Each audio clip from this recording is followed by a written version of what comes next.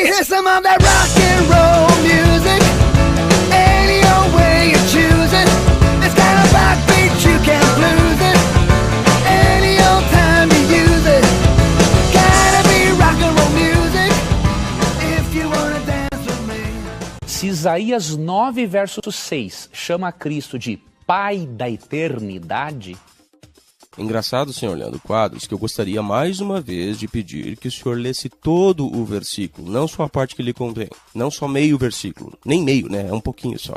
Mas já que você só lê parte, só lê o que lhe convém, então eu vou ler o versículo inteiro para o senhor. Diz assim, Isaías 9,6, porque um menino nos nasceu, um filho se nos deu, e o domínio principesco virá estar sobre o seu ombro.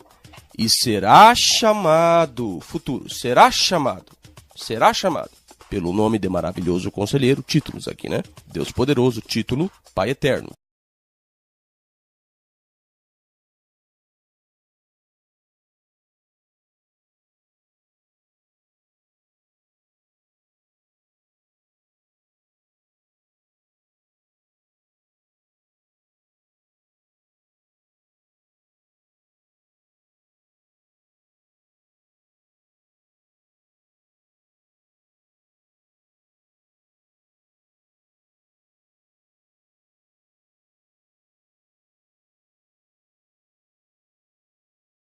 Príncipe da Paz.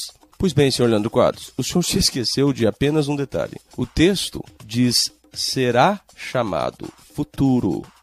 Futuro. F-U-T-U-R-O. Futuro. Uma aulinha básica de tempo. Existem dois tipos de eternidade. A eternidade passada e a eternidade futura.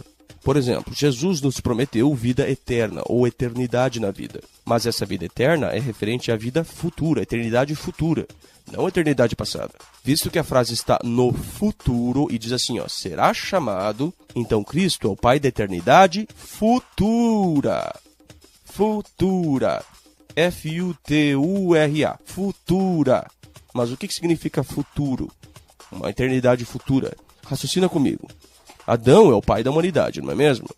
Se Adão não tivesse pecado, todos os filhos de Deus viveriam eternamente sem a necessidade de resgate do pecado, por meio da morte de Jesus Cristo. Assim, se Adão não tivesse pecado, Adão seria o pai eterno da humanidade. Certo? Concorda ou não concorda? Concorda. 1 Coríntios 15:45 diz, o primeiro homem, Adão, tornou-se alma vivente. O último Adão tornou-se espírito vivificante. Esse último Adão aqui é Jesus Cristo. Veja agora o versículo 22, do mesmo capítulo. Porque assim como em Adão todos morrem, assim também em Cristo todos serão vivificados.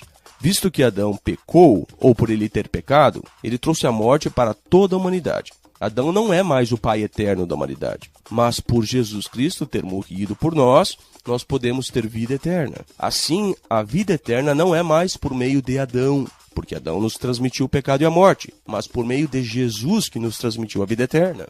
Dessa forma, Jesus assume o papel de Adão, não de Deus, de Adão, e se torna o Pai eterno da humanidade. É esse o seu argumento, senhor Leandro Quadros? Dizer que Jesus não teve princípio usando um texto que fala da eternidade futura?